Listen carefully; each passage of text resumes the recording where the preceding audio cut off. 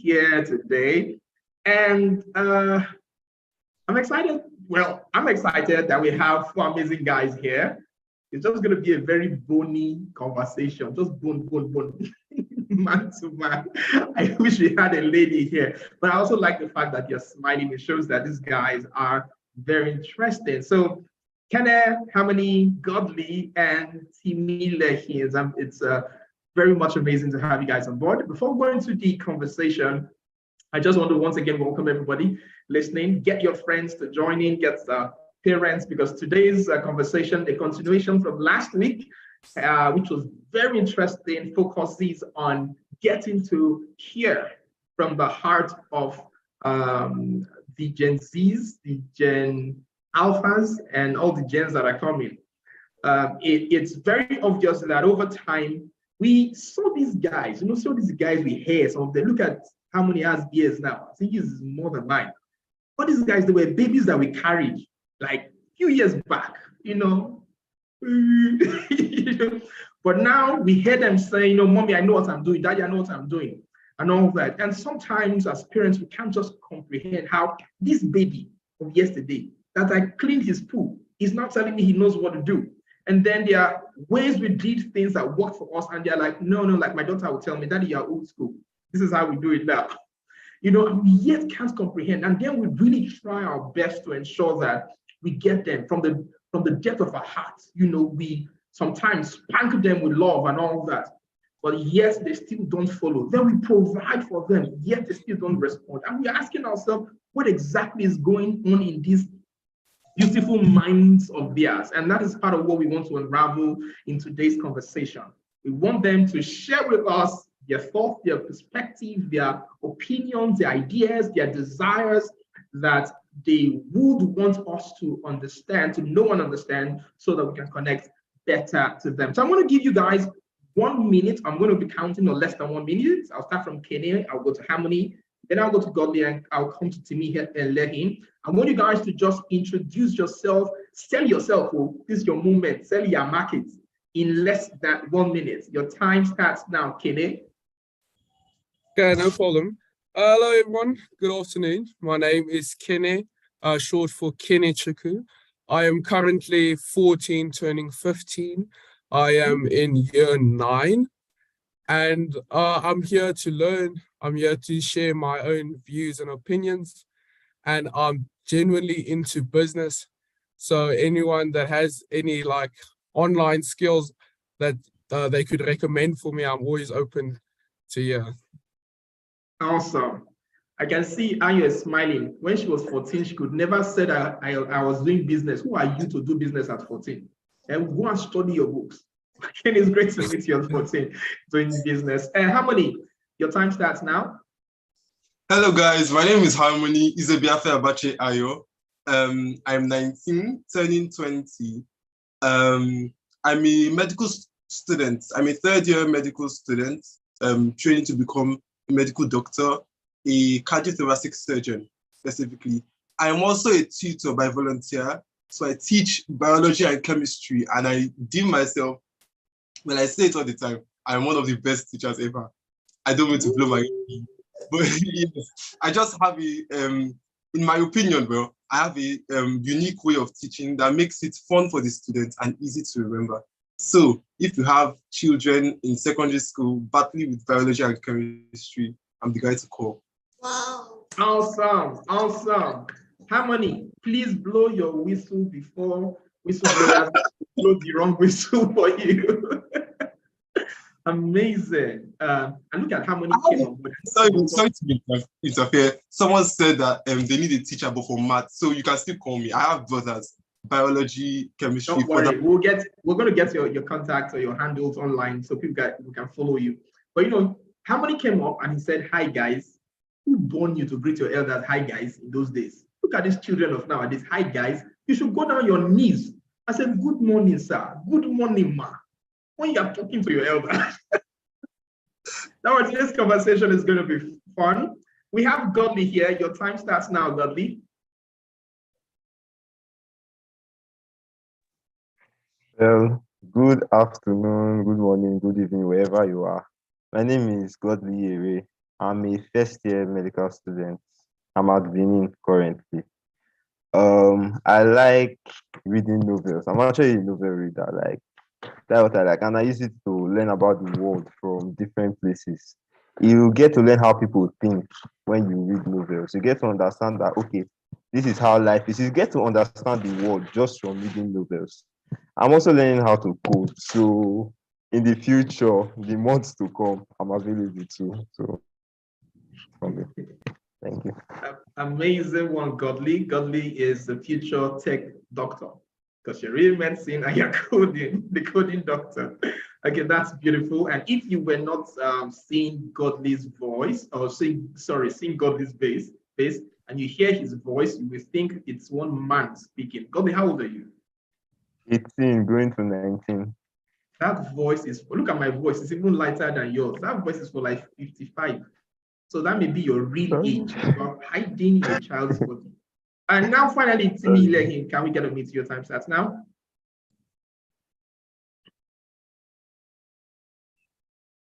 You can unmute yourself, Timmy.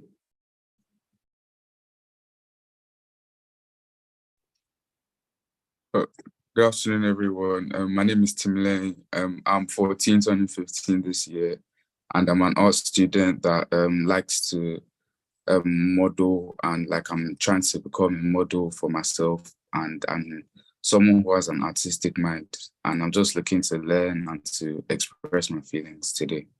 Thank you. Amazing. Another 60-year-old in a child's body. See the matured voice. It's good to meet you, Timmy, and I'm happy you have an art mind. It shows that we're going to create a lot of solutions in today's house. So I'm going to be selecting questions and throwing at you guys, and I want you guys to answer. And if a question doesn't get to you and you think you have something to contribute, please feel free to just let me know. So the first question for today is, let me ask how many? Yeah, because you are at least a little more advanced than everyone here, so your life is full. You say you even teach. How do you balance your time between school, extracurricular activities, and social media? How many? Okay, sure. So how I balance my life between school, extracurricular activities, and social media. While I was in school, just to give background knowledge, I was schooling in Ukraine, but then I had to come back because of the war. So I'm about to transfer. So yes, so I'm a third year medical student who is transferring from one unit to another. So while I was doing offline school, I really had a hard time finding a balance because school was taking all of my time. And then, but then coming back, then I found a way because I had to use my time in Nigeria to do a lot of things.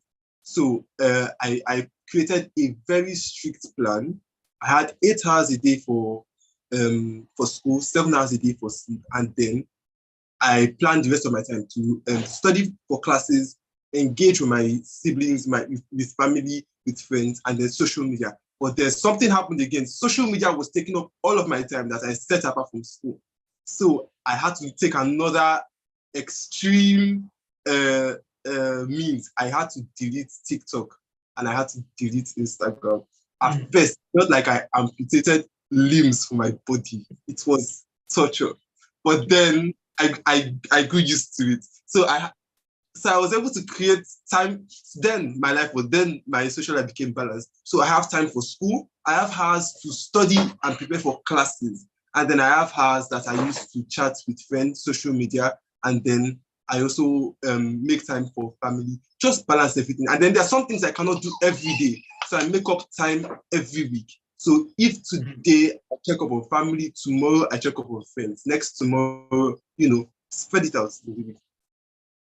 Amazing. I like the fact that you said if there are things you can do today, you make your put in that week. That's amazing.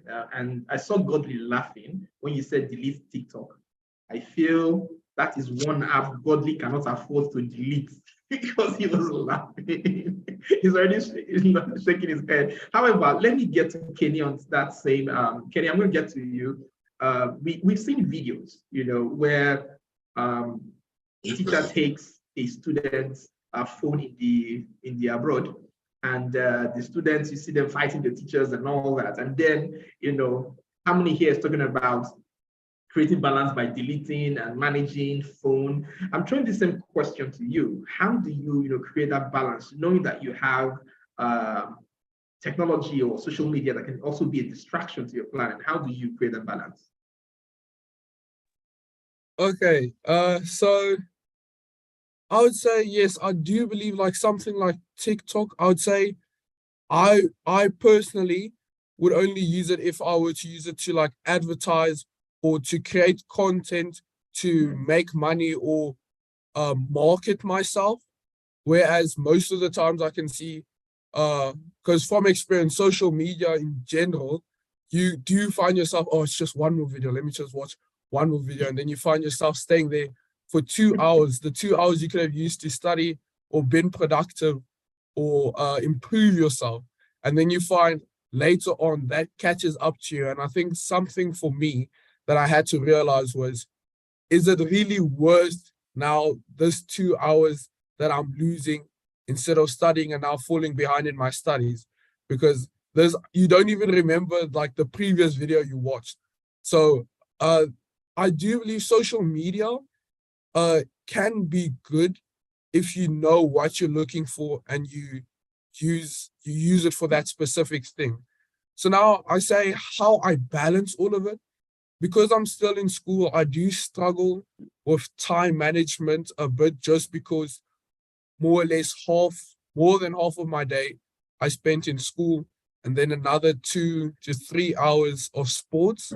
So I feel like immediately I come home, it's like take a shower and study, read through some stuff, practice some piano. Like you just have to, and I do agree with Harmony, sometimes you don't get time to do something on a specific day.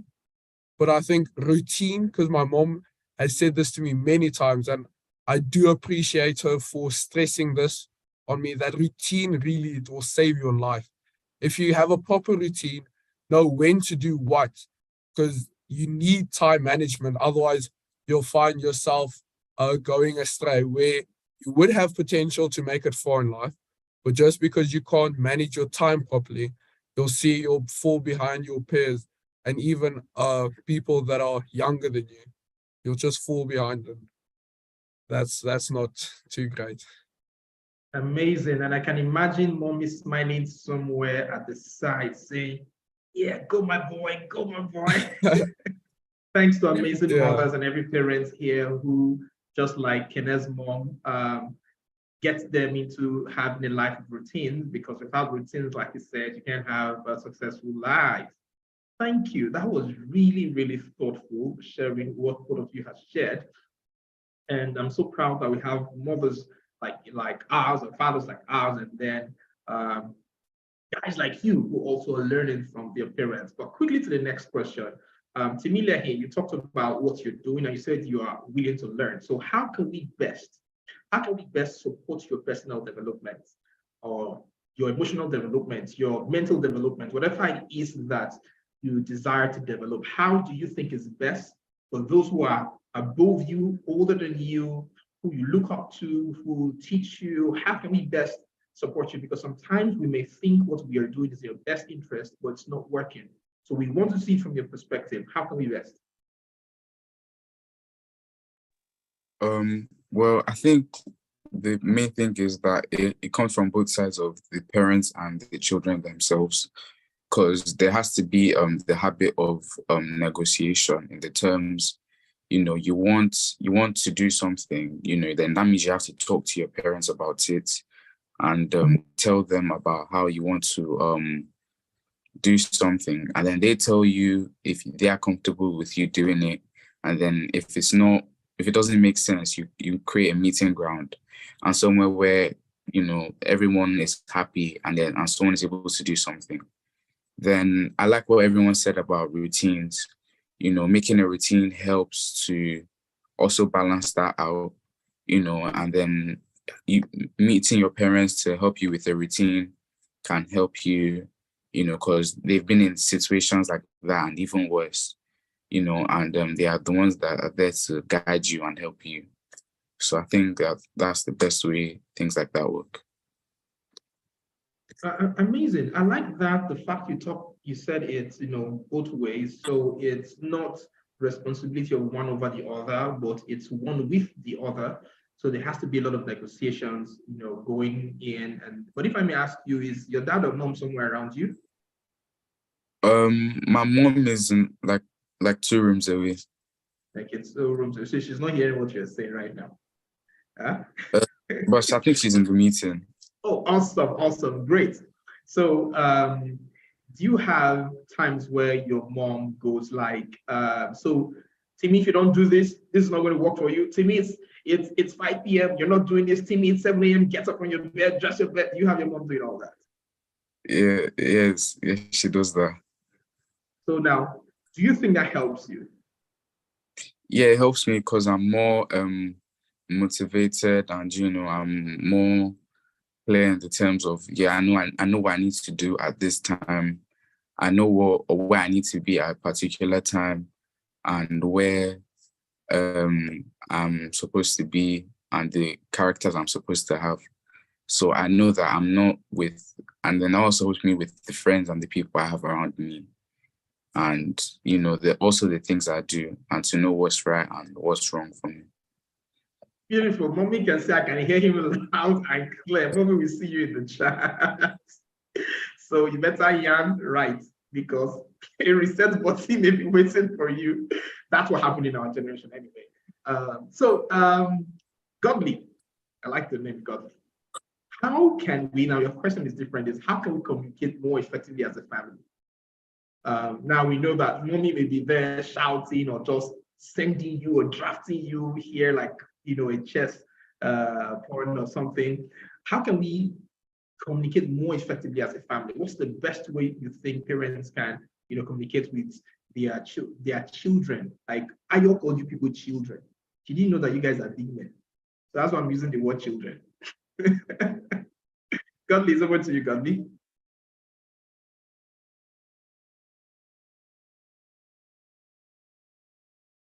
I think Godly is frozen. If Godly is frozen, I can see only Kenny in the screen. I will come to Kenny with that question. Kenny, how do you think we can communicate most effectively as a family? Well, I feel expressing, really just expressing and from both sides listening, because I know that was a skill I did struggle with, and I still struggle with here and there. But just to sit and listen to what the person has to say. And I feel like with listening, but then also having an understanding, not trying to just push your way is the right way, just to have understanding and hear from both sides, both for the parents, because I know like from the older generations, like the mindset they had would be more different to the newer generation, just because of the different things they were exposed to and the different things they were able to do, and was more easier for them and more convenient for them to do in their time. So with communication, it's listening. And I feel like it's easier to talk to someone if you have nothing to hide. So being open to your parents, because I feel, especially when I was younger, like, I mean, we've all had those times where those cookies are like telling you like just to take one when it's for the guest or something. Like when I was like 7 or so. But then when you have something that you're hiding, it's just stress. And the sooner you get that off your chest, the easier it is to talk. And then you can see from your parents' side what you had done was actually wrong. And they can also understand why you might have done it, where it'd be you were just curious, you were hungry, you were just adventurous. So I do believe listening to each other, communicating properly, and then not having anything to hide. Beautiful. I think your not having anything to hide has to do with the environment your mom, your dad must have created. In other words, do you think they hide things from you? And how has that helped that environment for you to open up? Well, personally, I don't really, I wouldn't say I think they would hide things for me. I would say, on the other hand, that I feel they would keep some certain information away from me that I would not be emotionally ready to handle.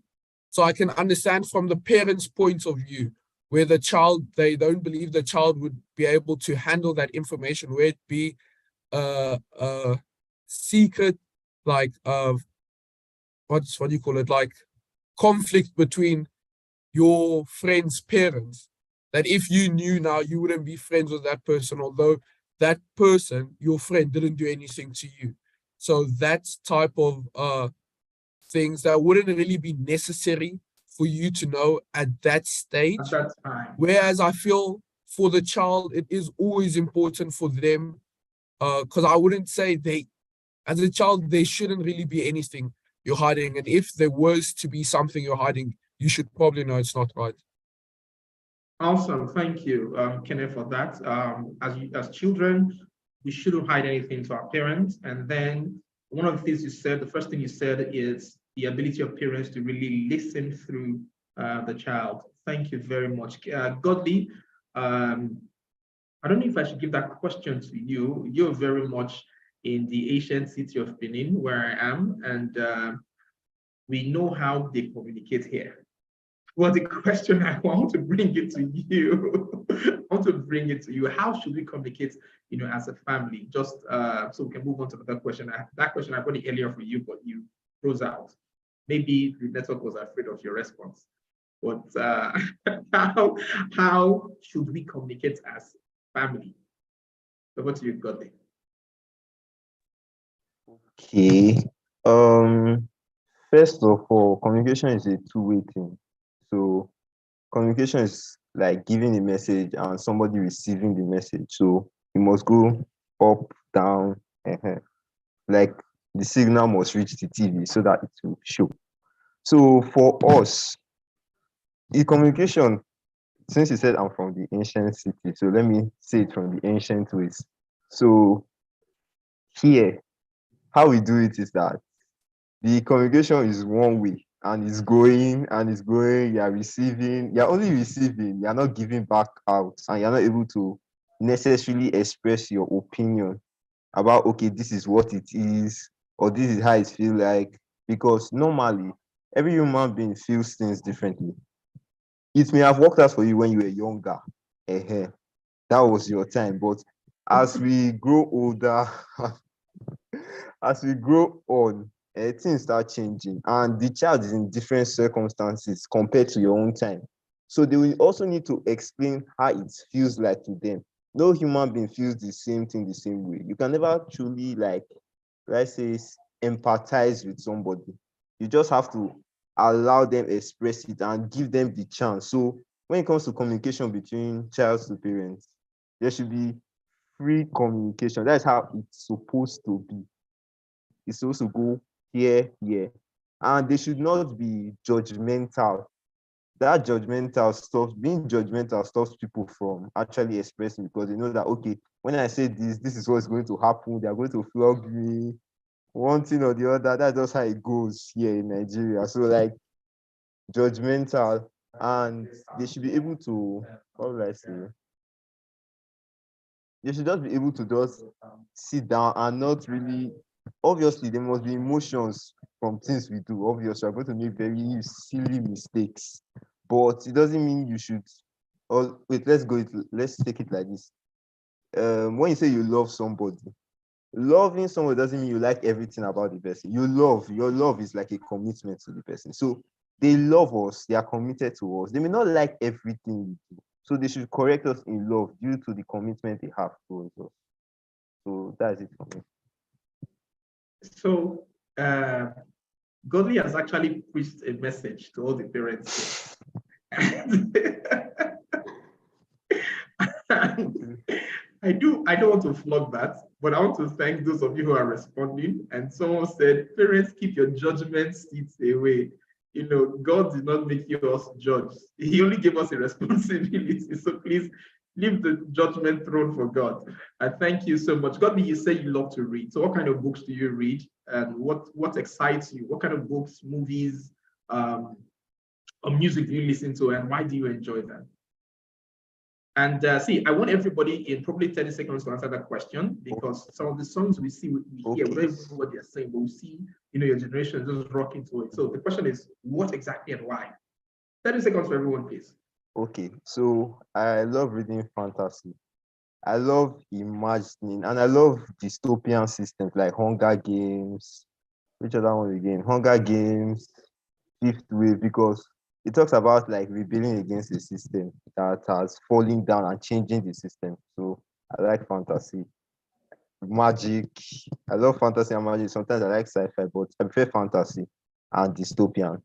Then as for films, I watch films once in a while. I'm not really. I prefer reading novels. I stay on novels. Like I am devoted to novels more than my films once in a while. Then as for music, I listen to Christian rap. Like I listen to Christian music. I also listen to Nigerian music once in a while, because I know like what you listen to really affects you. So I like listening to what will not really make me go the wrong way. So Christian rap is, or trap, just is going the right way and it's still trap. So you can still be vibing and shaking your head. Then there is electronic music. I like electronic music. That's EDM. So yeah, that's what I Okay, like. thank you. I want us to move fast. You call it trap, right? Trap. Okay, great. Timmy, are you trapped too?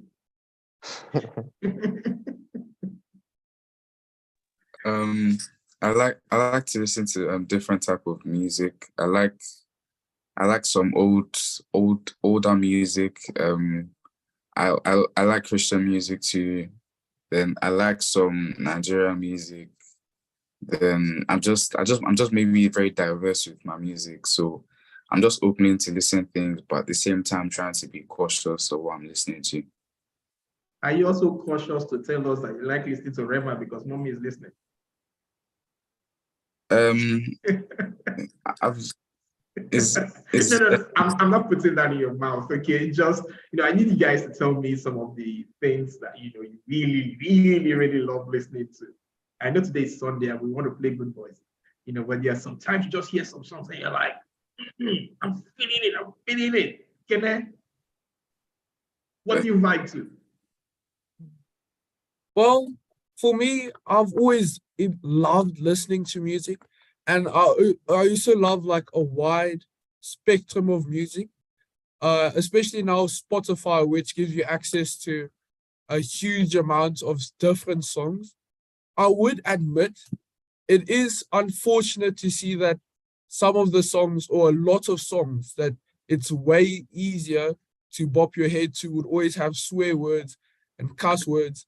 That's why nowadays on tours, when I go for hockey tours and they're playing music, I always have to ask, hey, can we maybe just change this music a bit? Because I thought at first it wouldn't affect me, but I saw after spending my time with those people, being in that environment, it changed my language and the way I talk, and I saw this isn't who I want to be. This is not who God has made me to be. And so now I'm now very cautious with the type of music I listen to, where I do agree that I do love my Nigerian music, because some of that music is it just hits the heart. And then other calmer music as well. I saw someone mentioned NF in the chat. He's also one of my favorite rappers who, because it's also rare to find, but doesn't swear. You won't find him swearing in his rap, as well as modern Christian rap. But I do think it is just unfortunate how it's very evident that the music industry has a lot of rubbish going on. If you call it rubbish, then I think the parents were very justified. Harmony, Yeah. Harmony, quickly yours. What do you vibe to? Movies, books, and why? Okay, so movie-wise, I love sci-fi. I'm a fan of Tyler Perry, and I watch animation, a lot of cartoons. I like to feel like a child. So, music. I didn't always love gospel songs, but right now, literally 95% of the songs on my phone are gospel. So I love gospel. I wasn't always a big fan of gospel, but then, when you find your genre, gospel is more than a genre. So within gospel rap, there's so many kinds of gospel songs. So that's my jam. That's why. And I think that's because when I listen to a song, I cannot not focus on the lyrics. Yeah. So I can't listen to anything because I will read the lyrics out to myself. And so many songs are just jargons. So the only kind of songs that I like, but I don't understand the lyrics, are maybe a French song. That I just love the tune and how it goes, but I don't understand what the lyrics are. So yeah, those are the kind of movies I love, and I'm basically into gospel music. I'm not saying this because my mom is here; she knows you. Yes. Thank God we're all guys here. There was a day I was watching, I don't know the song, but I was watching a music video, and you got ladies, they were just shaking things. All of a sudden, I found out my head was shaking, and everywhere I was going, I was seeing things shaking too, Oh my God, like I just watch. And sometimes we don't know how that really affects us, but I'm very happy that you guys are saying, a lot of today's content is filled with jargon. So we really need to watch what we fill our minds with, because whatever you feed your mind, this shows out in your life. Amazing. So, Timmy, yeah, what challenges? Tell me about a time where you faced a tough challenge and how you coped with it. I think the challenge was when maybe in between the middle of COVID towards the end, that I kind of struggled with some form of like procrastination and like, having to find my true identity, like instead of following others. Instead of trying to be myself, I was tending to like follow others and what they were doing. But I think that was when I started to build my relationship with God. Then I started to learn things about life and myself that made me seem to be different, and then stop caring about what others said or what others think, which is actually a big problem amongst people. But they don't tend to see it as something good or something big, not knowing that, following this person can put you in trouble, or doing this with someone that seems harmless can be very detrimental to your life or to what you need to do for your life. And like, following the right things to do, because when you're following somebody else for what you want to do, you can't get a mind of your own, and you can't get what you want best for you to come out, and it won't work for you. Okay. That COVID was really a learning curve even for parents too, so I can only just imagine. Harmony, do you want to answer the question? Because you're also transiting, and like you said, so what is one tough, I don't know if it's transit or before, what's one tough challenge you face and how did you handle it? Okay, well, I think I won't say I don't have challenges in life, but I just have a way of seeing the bright side. And so even with this transfer, people think that I'll be sad. Oh, there are problems. But I'm not really like that. And I think where I learned that was when I overcame a challenge. So this was one of the major challenges in my life when I wrote JAM. And so, the set before me had broken the record of the highest JAM score in our school, 322. And I was eager. It was like I was going to break this record again. And so I got much lower than what I expected to get. A very good score. I passed my cut-off mark, but I didn't get what I wanted to get. And I just broke down. I didn't want to eat. I didn't want to do anything. It was like a family member died. So, and I didn't want to go to church. It was that bad. I didn't want to pray. I didn't want to do anything. I was depressed. I think that's the closest I have been to knowing what depression feels like.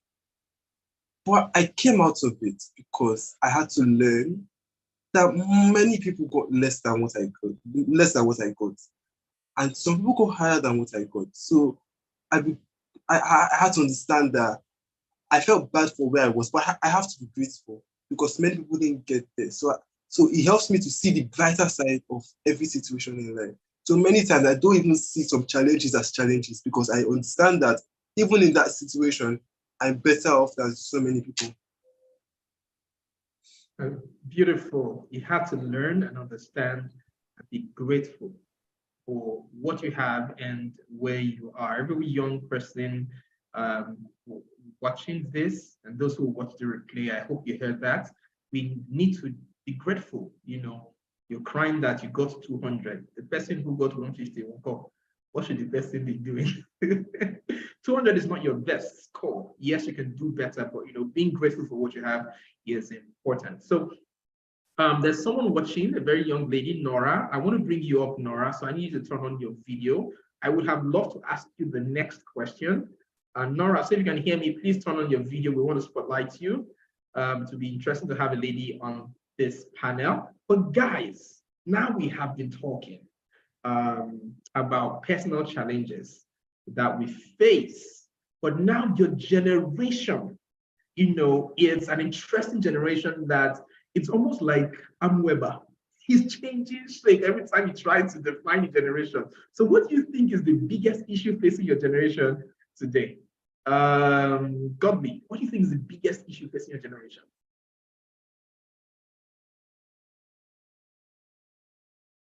Well, that's a very big question. I think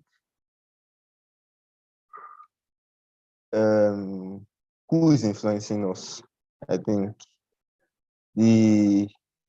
let's say the information we get that is feeding us, because like there's this thing, garbage in, garbage out. So I think the biggest problem that we are facing in general is what is entering into us, that making us do what we do. I think that is our biggest problem, because if we get the right information or we are getting the right way of doing things and we are not being influenced externally by bad influence, things will turn out better. Yeah, so too much information. Sometimes you don't know how to filter good information, right? Is that part of what you're saying? Yes. Awesome. So Nora, Sometimes. thank you for coming on board, Nora. Sometimes. Yes. Sometimes. Nora, I need your thoughts. What's the greatest challenge that your generation, as a female, from your perspective, what's the greatest challenge you think you are facing, and how do you think we can help? Can you hear me? Loud and clear. Okay, so personally, I feel like one of the most difficult things we face as teenagers is peer pressure. I mean, we all feel that we have to do something because other people are doing it, or we have to, act in a certain way because other people are acting like that. And we tend to let other things and other people affect our emotions and the way we handle things. So I think that's one of the biggest problems that teenagers have. Okay, so let's go to the abroad. Kenneth, what is it from your perspective that your generation is facing, and how do you think we can help with that? In other countries. Okay, now I'm asking Kenneth. He is not in Nigeria. Okay. Well, personally, I would say the biggest problem for our generation is confusion, and this I would say is bigly influenced on social media and who we would say are like our so-called role models. Whereas if we were to really check their morals, if they really should be our role models, so that's just a big thing, confusion. So I think the thing as well that would have caused this is a lack of control of social media. Because I do believe, yes, a child should be able to like explore and find out stuff for themselves, but like educationally. But I would say there's a limit to certain things, because I do not believe whatsoever that are 1 year old, grade 1, so a person in year 1, probably like a 6-year-old, should be having their own phones, already having social media, TikTok, and all these stuff that's just bombarding them with all these different types of ideology, like the LGBTQ community and all those kind of stuff. It's like how, like it doesn't make sense to me where a 12-year-old boy would now just out of the blues now think, oh, I'm gonna be a girl. Like it doesn't make sense. And where would they get this idea if they weren't exposed to it? Or whether at school, on social media, even just in the environment that they stay in. So I'd say environment is super, the environment you're in is super important. And also social media, because the thing with, I would say, example, TikTok, where you'll never know what the next video is. You're just scrolling and it just takes 2 seconds for your brain to get something in and store it in there forever. So I feel like social media is good if you use it in the right way, like I said, for marketing and I'd say more business purposes. But there has to be proper restraints and proper control around those areas, I'd say, for me. Yeah, thank you for those thoughts. But I want to ask Timmy, Kenneth talked about he doesn't know why a 6-year-old or maybe a 12-year-old should have a device. Do you agree with that? Do you agree that there's an age where children or teens or twins shouldn't have device? Do you agree? Yeah, I agree. Because some children, or well, children in general, are not mentally ready or mentally stable enough to have or to understand where not to go and where to go and what to use their phones for, which also can affect, the way they act, the things they find themselves doing, and then sometimes when they find out some things, they can find themselves on a redirecting site, and then, it can say, oh, don't tell your parents this, don't tell your parents that, blah, blah, blah. If you do this, something's going to happen. And, things like that just doesn't help the proper development of children the way they should go. I believe that at some point they should have access to technology in the terms of, education, for them to, understand things, see how the world is improving and see how the world is going, but there should be some form of limits towards it. That includes, do you agree it also includes having, let me ask you this way, how many hours do you think a child should have access to a device? Well, it depends on what the child is using the device for. Because, for instance, there are some children that are still doing online school, and then they have online work on like school portals and things like that. So it really depends on what they want to use there or what they are using their device. Sorry, I'm interjecting, but you know that sometimes when you guys are in online school, you know how to open multiple tabs, and then you are schooling and you are looking at other things. What's your advice to parents, concerning how to help their children with device, to ensure that they achieve the goal of learning, if that is what you're using it basically to do? Well, I think the way forward is just counseling and monitoring your child, having conversations with them on what they should and shouldn't do at their age, and tell them the consequences of it. It may not have to be a direct way of telling them that this is going to happen, but something that they're going to think about and they're going to reflect on, knowing they shouldn't be doing it and the dangers of doing it itself. So we shouldn't have this spy app that spies your account.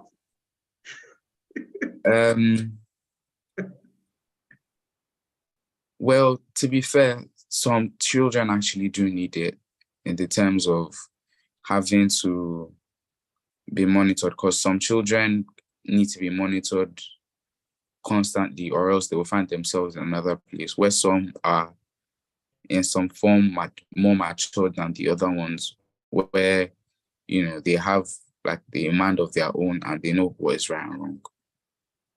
Okay, so if you find your mom, sorry, I'm just hitting this at you, but if you find your mom everywhere you go online, what would you do? Yeah, in a way, sometimes I would kind of want my own space or privacy, but like I'm not, I don't have anything to hide, so there's not a big deal about it. But sometimes as a teenager, one will just want their own space and privacy. Okay, thank you. Talking about space and privacy, one of the places that has given us our space is the school. I know a lot of young people love to go to school because it's an opportunity to run away from the house. So I want to ask, where's Godly? I thought I saw Godly here a bit at the spotlight. Okay, good. Godly, I want you to share your thoughts general about school. Anything you think. There's a popular saying, school na scam, and I think that came from your generation. So what are your thoughts about school? Okay. When it comes to school,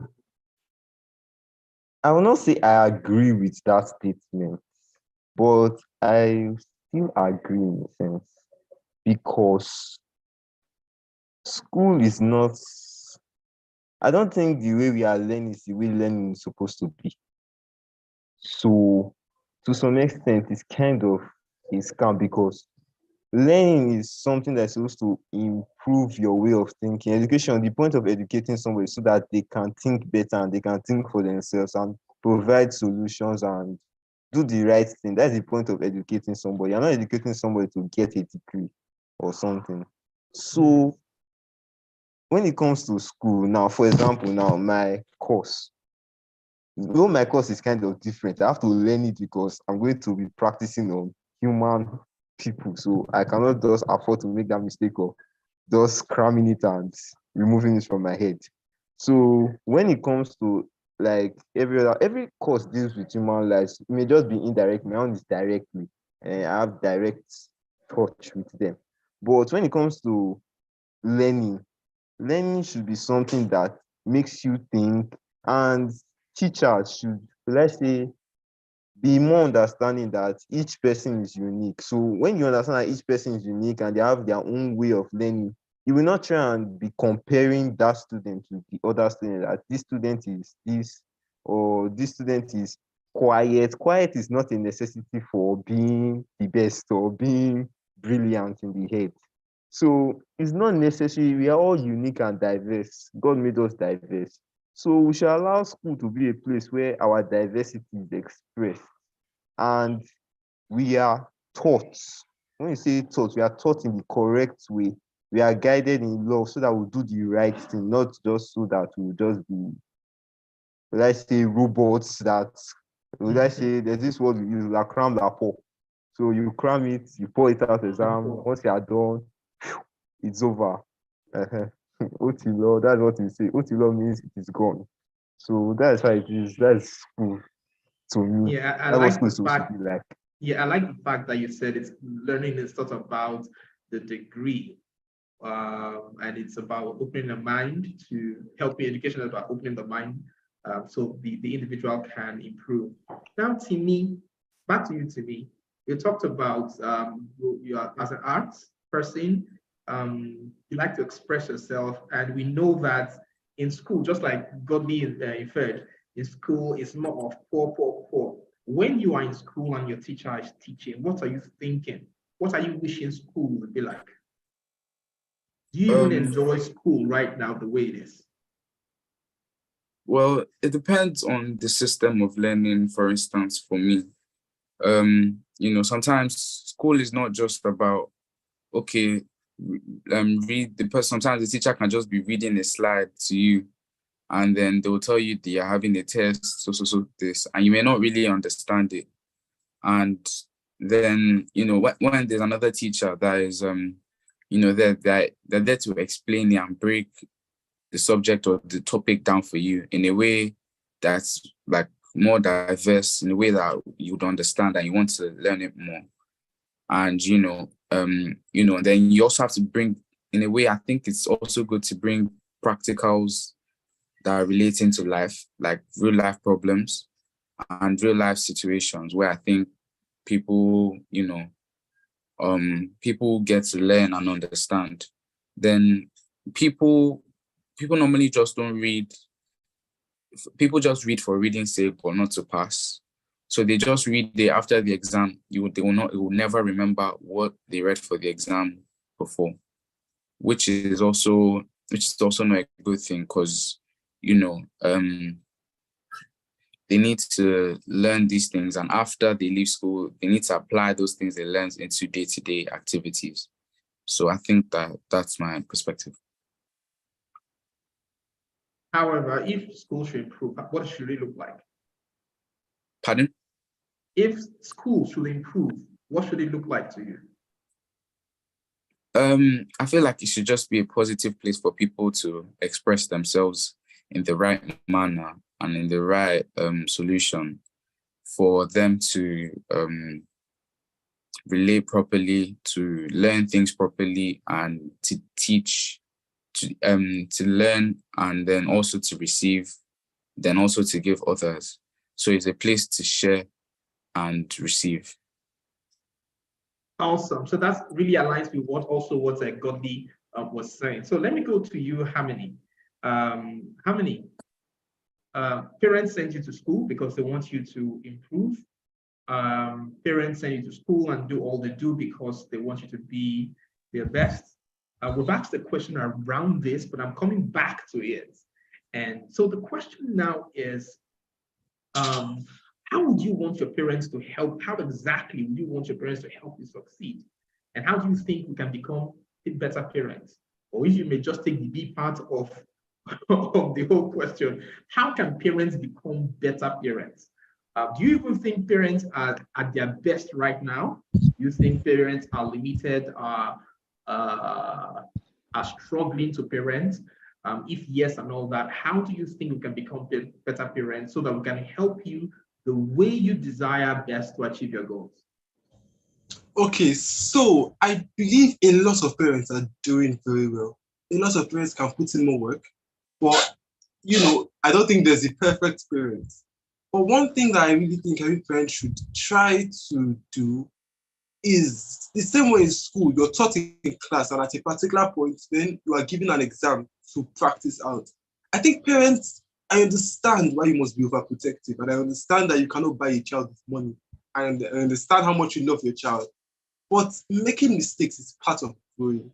And so when you've taught me how to do something, you have to allow me to you have to give me some responsibility, give me some space to try out this thing that I have learned. So we have overprotective parents that will teach, oh, this is what you do in this situation, but they never allow you to have that situation to carry out what you've done. I'm trying to think of a good example. Okay, so let's say, okay, I'm going to call out my mom, but I think this is very, very important. So my mom keeps complaining that we can't, but we watch her in the kitchen cooking. And so there was this morning, she was about to go out, and then she called me to the kitchen. She was like, "Come on, the business is on fire. Just do this, do this, do this." And then at this time, take it off the gas cooker. I said, "Okay, I've got it." Do you know, she panicked so much that she left her meeting late because she didn't even wait to watch me finish the beans. She did it by herself. She ended up doing it by herself. I was in the kitchen. And so she had told me this is where you put in the onions, and after that you put in the salt, and after that, and so you off the gas.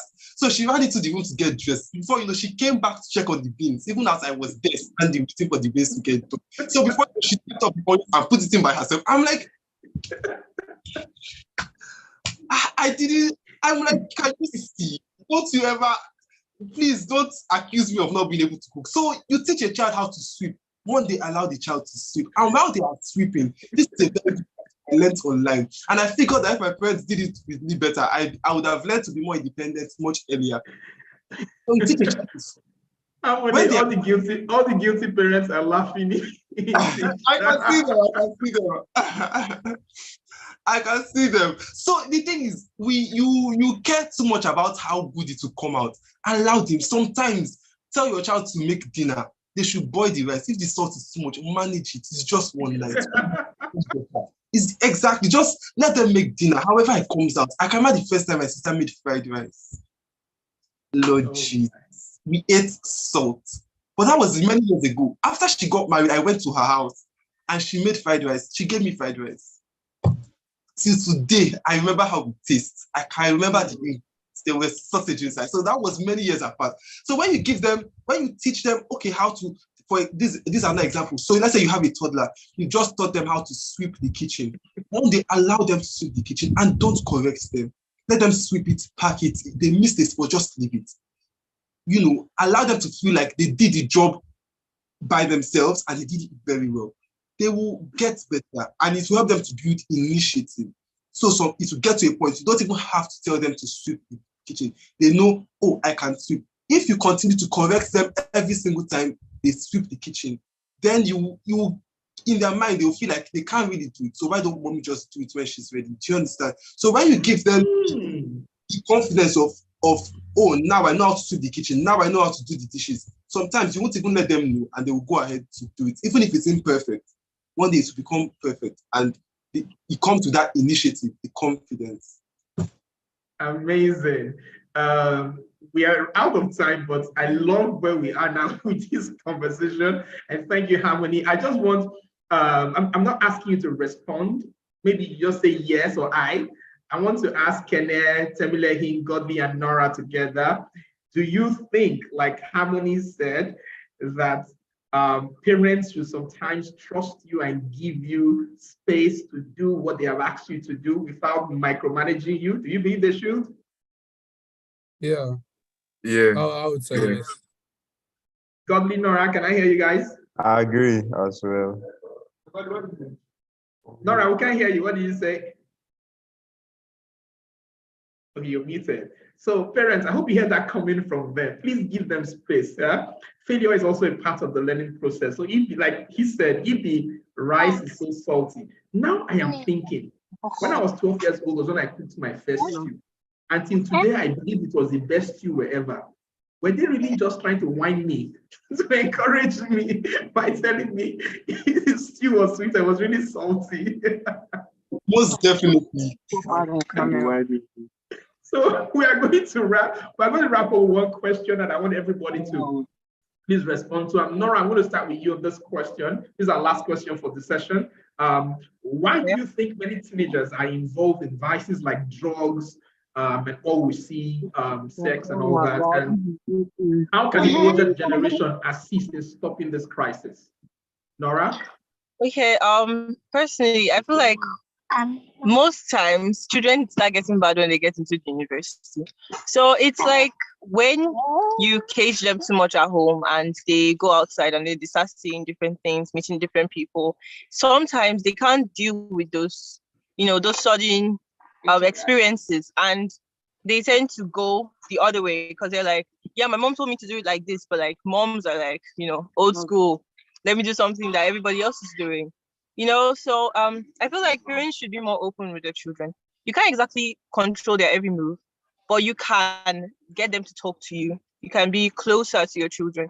You can get them to actually tell you when somebody comes to them and tells them, oh, come and do this, or when somebody gives them the wrong advice. They will come home and then they're not too old to do that. Even at 18, they're not too old to do that. And 19, they're not too old to do that, because we feel like we're older and we feel like we know what we're doing, but honestly we don't. We actually don't. So I feel like parents should actually try. Don't always lash out, don't always try to be right. Just talk to them, act like you're their friend. Like when they come back from school, instead of they like being all aggressive and stuff, just be normal, be chill. Children actually like talking to parents, but they're just scared. Maybe she's going to shout at me, or he's going to beat me up for this. Or if you actually just, instead of shouting at them, they come to you with a problem. Instead of shouting at them, why don't you just talk to them calmly? See how you can fix that situation. I can bet you, if you don't shout, the child is going to come the next time to talk to you about that problem. So you just try to be more open. Yeah, thank you very much. Parents need to be more open. Parents need to be the ones exposing their children. In those days, they used to say, if a guy touch you, you get pregnant. And then some people the guy thought her she didn't get pregnant, and she was like, "Mommy, like that means every other thing mommy said might not be true." Thank you, Nora. Should I say I'm happy that this bullet went out to mothers, because you said mommies are home. You said mommies are home, not me. Said mommies are home. So I'm taking this question to everyone as we wrap up. So, Godly, quickly, why do you think young people are involved in vices, and what should parents do to assist?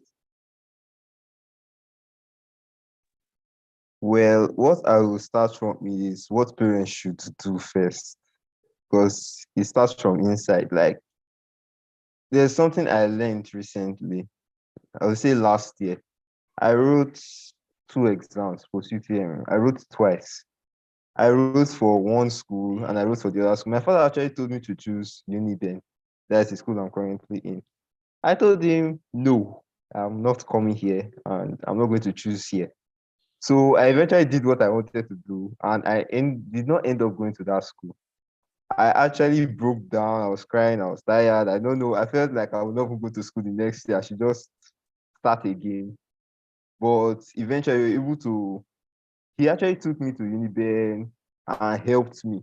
He actually made me understand that, okay, this guy is not actually against me.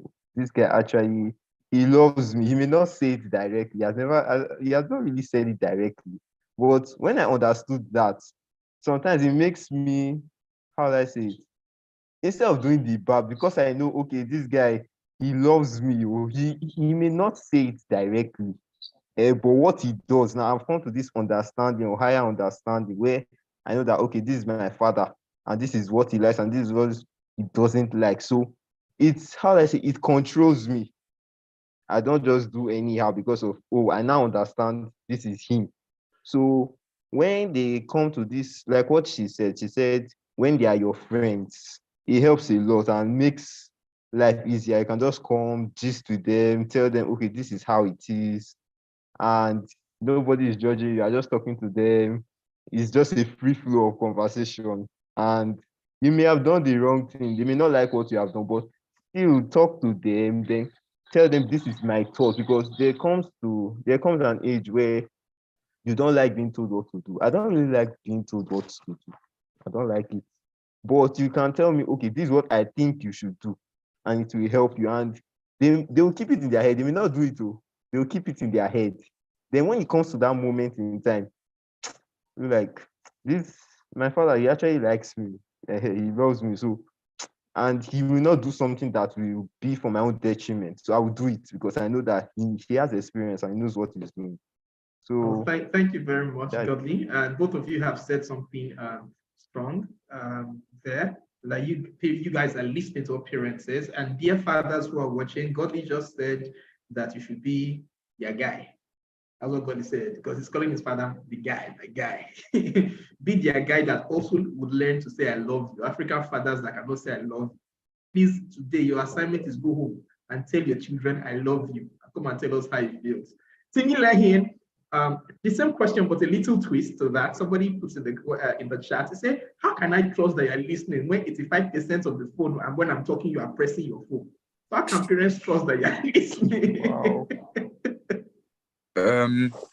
I think what the thing to do there is to have, let me not phrase it like this, but family meetings, where everybody is like, no one is on a device, no one is focusing on a particular thing. It's just you and your parents talking, building a relationship, then also the children too, asking their parents, oh, how was your day? What happened here at work? Or, things like that, just building a proper relationship for the purpose of being able to have someone to talk to, because not even your friends sometimes can't even give you the best advice, but only your parents can. So the best thing to do is to talk to your parents freely, tell them what's on your mind. And, even, sometimes you may not agree with them. And, that's where, you have to try and negotiate, or you have to try and calm down and say, I don't really want to do this. And then sometimes just ask them to explain why they want you to do something, and then giving them, the right thing to do at the right time, and not making it a form of like a command, but as like a suggestion to confuse them into doing the right thing. And I think that's the best way to do it. Amazing. And you also just resonated with something that Godly said. He said he doesn't like being told what to do. And he said you shouldn't tell them something like a command. Dear parents, if you want to do command, please go and write the 10 commandments. Again, you must climb Mount Sinai before these ones will listen to you. Because from the way they are saying, please don't command us. We are listening. We know what to do. How many, quickly, your thoughts on that? You can pick any of the two, the devices or the 80% on phone while instructions are given. What do you think? Quickly, just 1 minute, please. How many? So to be sure, we're talking about why teenagers or Gen Zs end up in vices. Yeah. Okay, so I think first of all, should reward what you want your child, the attributes you want to see in your child. When they actually do those kind of things, you should reward them. And what you do not want, like my parents set a very good academic standard. They wanted, in fact, they wanted and they also accomplished a very good academic standard for us. So at the end, after I was shooting my jam, I think I scored 296. I was rewarded, of course, for that. So it doesn't matter where I find myself. It locks in a kind of outcome and reward system in my head. So even when I am not around my parents, so that's just an example. When I find myself in a situation, maybe to do drugs, I know my parents normally at home would punish such behavior. So there's a reward and there's a reward punishment system mindset. I don't know if I've explained that very well. And then also, I think I'm a very reasonable kind of person, and I think I really don't understand why so many of my peers go into what they do, especially when you see the long-term effect, like drugs, drinking, so many things. So I believe that many at times they do it because there is a pressure to be among or to prove a point. And that's where I will come to the point of affirmation. But the video that was playing before we started here was incantations. However you put it, affirmations. Let's establish an identity into your children. Let them know who they are. Not just the child of whom they are. Who they are. Who are you? And we live in a world of so many influencers. Everybody is either influenced by A or influenced by B. Everybody's in an identity crisis. No one knows who they are. Everyone is being influenced. So when you know who you are, when you know what you are striving for, when you know the consequences of specific actions, when I do drugs, this is what happens. I get addicted. This is what happens in the long run. When I drink, when I become a drunkard, this is what happens in the long run. When I start gambling, I could get addicted. This is what happens in the long run. So I think you become a reasonable person. And so these things are things that start from childhood. You inculcate them. For these things to be at the back of a person's mind, it has to have begun since maybe when they were toddlers. Affirmations. This is who you are. This is who God says you are. So how many? To complete the conclusion of your sermon on the Mount, you are going to drop it. Please, guys, those of you before we just connect, please, guys, just go to the chat. If you are doing anything you want the world to see, like Harmony said, just drop your handle, Instagram or whatever, or the chat, so that we can see the wonders you're doing. But amazing thoughts, Harmony, the affirmation you talked about, amazing. We need, there's a lot of confusion with identity. We need to affirm our children so that they have their own identity. In our time is, do you know who my father is? I think this time should be, do you know who my child is? Kenneth, wrapping up with you, what are your thoughts on why young people get into vices and what can parents do to help them out of it?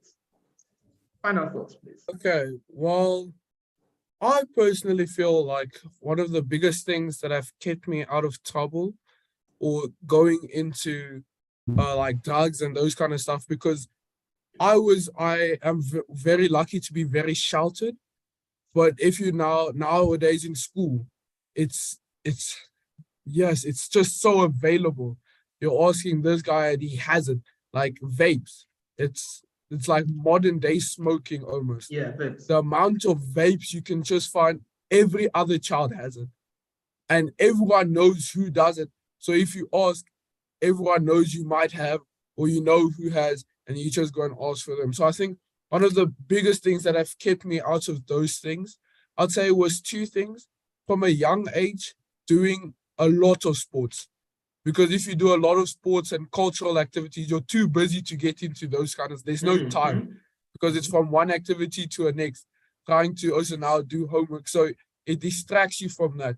And I think another big part that helped me to not do or get involved in such things is being based around Jesus Christ.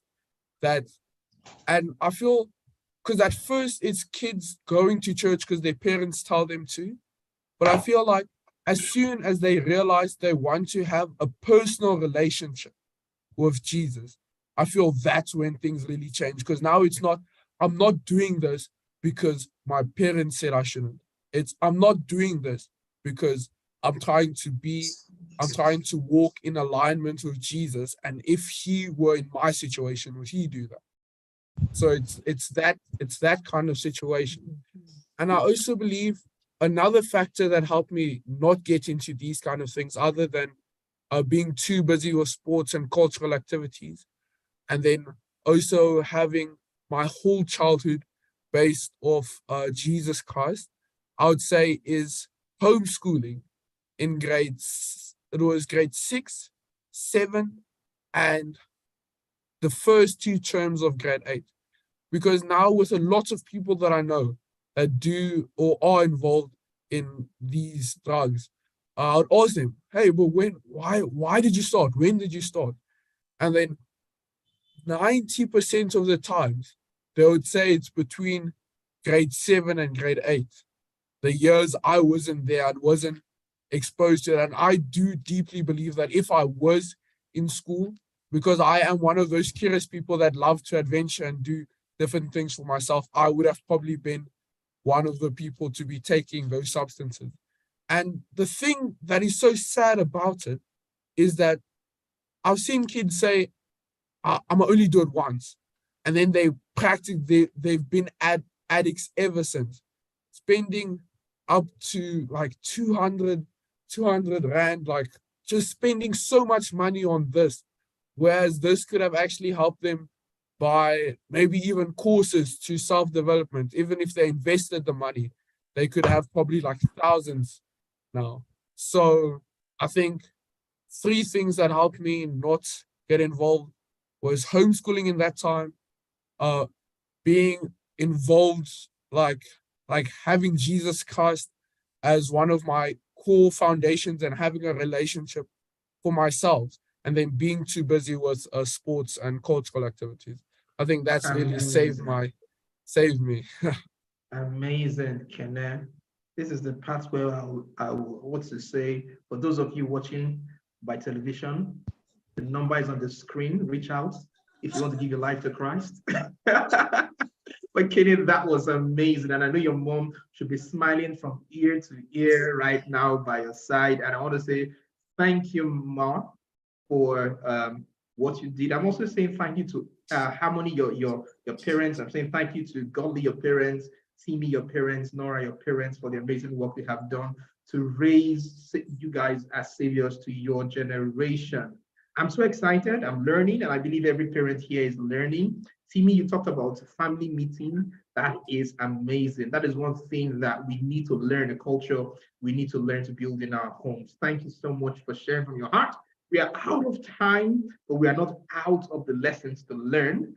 So for everyone who's watching, I just want you to please go to the chat room and give these amazing panelists a big God bless you, a thank you, clap, whatever emoji you can find that will make us excited. Please tell them thank you. Express how you feel about this session with them.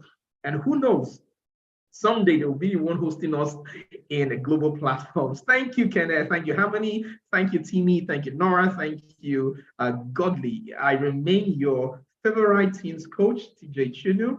Please follow me online at Unusual TJ as we walk this path of helping raise amazing youngsters who will save the world. Over to you, Ayo. Thank you for the time. I'm so excited. And thank you, my brother, Praise Forward, for the opportunity to host today's session. Thank you so much, CJ. Thank you, Harmony. Thank you, Luatimile. Thank you, Kenneth. Thank you, Godly. Thank you, Nora. I had an amazing, time in today's session. It's a very good way to just wrap up our family month.